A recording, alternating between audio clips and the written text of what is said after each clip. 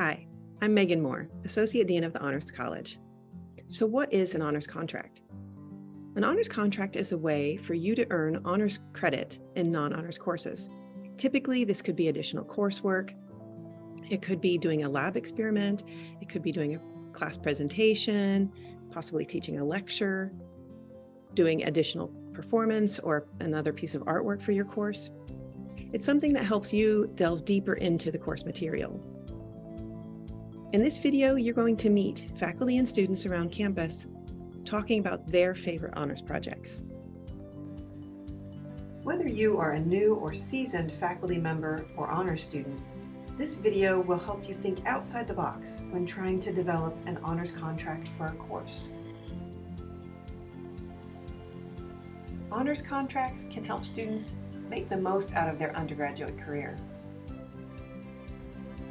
So I'd say one of my favorite honors contracts I did was in a public and nonprofit personnel administration class. I really liked it because I was able to pick a topic that I was passionate about. I decided to research more about how to get Black women and other women of color into government positions, government leadership positions. And the professor was just really helpful with that, helped me set up an interview with someone who is in HR and kind of does this stuff on a regular basis. Hi everyone, my name is Rylan Lambert. I am an anthropology and history major, and I took a few honors courses, honors contract courses with my professor, Dr. Moore. I specifically worked on a project on bone mineral density and how it was impacted by hormone replacement therapy. It ended up turning into a bigger project, which I did for my McNair Scholars Project, or I'm working on for my McNair Scholars Project, which also talks about how hormone therapy impacts the growth of the human clavicle. Hi, I'm Chris Skellish. I'm an associate professor in the Department of Geography and Geology, and I have done contract honors with several students in the Honors College, and a couple of them I've done for my ESSC 448 hydrogeology course, which is an upper level course. And what I do is I build on some of the labs that the students do looking at soil permeability, and they do a permeability lab, but then for the contract honors, I take them out to a field site. They actually collect their own soil samples with an auger, they bring them back, they have to then put them and build them in the permeameter, run the experiment, collect the data, and then actually figure out what the hydraulic conductivity of these samples, and then write up a paper using that real world data that they collected. And this shows them, instead of just looking at things academically, how things apply in the real world. And I think they really like it because there's the field data, there's the field sample collection, there's the lab work, and then there's the write-up for it. So they see the whole scientific method through the whole process. And do any of these turn into senior theses? Yes, actually I have a student right now who's doing her senior thesis, and she's going to take my hydrogeology class in the fall, and we're going to do a similar type project like that for her contract honors, but it's also involved in your senior thesis as well.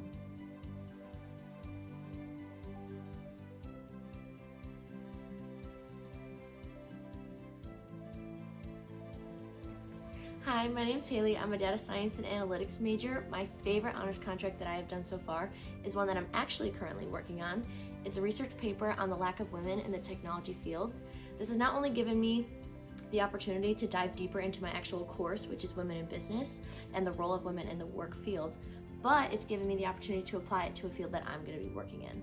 The projects that I have seen in the School of Nursing that have been used in courses that were contracted for honors credits. For example, some students decide to create a PowerPoint presentation on a clinical topic that is important to them, whether it is dealing with a population such as adults, pediatrics, OB/GYN, mental health. They will expand on a topic within that category, such as a chronic disease, perhaps it's diabetes, hypertension, obesity, and they will create a PowerPoint that examines the disease itself, the disease process, treatment options, medications to use to treat those diseases, communication with the patients and families, outcomes that can be expected. Students will then upload that presentation to possibly a YouTube video and share it just with the group. They will have a post-conference where they actually present it. Other examples would be a student creating a patient brochure, an educational brochure on a disease topic, or maybe a medication classification, such as various blood pressure medications and why they would take this medication, what it's to treat, how often they would take it, side effects, adverse effects, and complications to watch for, and how to monitor perhaps maybe their daily blood pressures along with those meds. Another example is a brochure on diabetes. What is diabetes? The different medications to treat it, health promotion, information to prevent long-term complications. Another example would be a student going out into, like if they were in pediatrics, they would go to an elementary school and do a lesson on injury prevention. So maybe talking about the students and sharing how to wear a helmet when you ride your bicycle, and how to wear your seatbelt in the car in case you're in an accident to avoid injury, how to with parents, maybe storing the cleaners out of reach of their toddlers so they don't get into the chemicals and ingest them. So those would be a lot of health promotion, injury prevention type of things. One opportunity that came from the student presenting at the undergraduate symposium with other students in the Honors College was an offer from Africology and African American Studies to contribute to their journal, which is called Liberate. And it's a journal that accepts poetry and research and art. And it was very, for me as a faculty member, I was quite impressed with all of the students who presented during this section. And for one of the editors of Liberate to approach us afterwards and ask for Abigail to include her work in their journal, it was, a high point for both of us. And afterwards, her family said, well, what does this mean? I said, it means that, Abigail will graduate with a publication under her belt.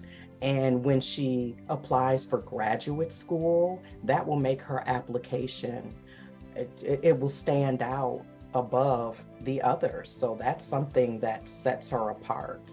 And it was very exciting to see her family just light up, and Abigail was just like, wow, that, this is, really setting me on my path to where I want my, to where I see myself in the future as, I said, an emergent scholar. The most interesting honors contract that I've done, actually I'm doing it right now, is for a marketing consumer behavior class, where I'm a huge car person myself, and I was very interested in looking more into how consumer perceptions of cars are changing, because we all think about cars very different than we did, let's say, in 1980s or 1950s. Cars are much different now, so I enjoy getting to look at different articles about how consumer perceptions of cars are changing, as well as surveying a lot of people around here in Eastern Michigan to see how they use their cars and how they fit into their daily lives. So to me, that was a very interesting honors contract to do, because it coincided with my own interests as well as the class's topic of research, and it just made the experience of the class a lot more interesting to me, where we get to learn more in depth about the material. Additionally, I like to make sure that there's not a box that we try to have an outcome predefined. I want the students to be able to explore. I want them to have a general understanding of what they're trying to do before they attack a project, but at the same time, I don't want the box to determine the outcome. I want part of the process to be part of that outcome. Process is an important part of what we do with creative projects. So explaining the process, and at the same time talking about the outcome and allowing the outcome to evolve will make a more fulfilling and more impactful project. Hi, I'm Sydney Dew. I'm a senior here at EMU within the Honors College, and I've done a few different honors contracts, but the one I think I enjoyed the most was a presentation and I believe a motivation and perception class. And the presentation included elements of IELTS psychology, which that is my future interest in the master's program that I applied to. So it sort of entailed looping in certain aspects of motivation to contribute to current workplace issues such as, making people feel comfortable and the different elements that contribute to people outputting certain things within a workspace. So within that presentation, it was a slideshow that completed using PowerPoint, and I just kind of sort of linked in certain elements of the class relating to motivation and how that translated to working industries in psychology.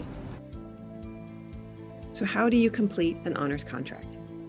The student and faculty member will meet during the first or second week of the semester to decide on the honors contract idea. The student then writes a paragraph adding specific details about what the end project will be, what the timeline and the due dates will be. The student then submits this to the forms page of the Honors College website. Please be sure that you enter in the faculty member's email address correctly, or it may delay the process. The deadline for fall is October 15th, and the deadline for the winter semester is February 15th. I look forward to learning about all of your fun and inspiring honors contracts.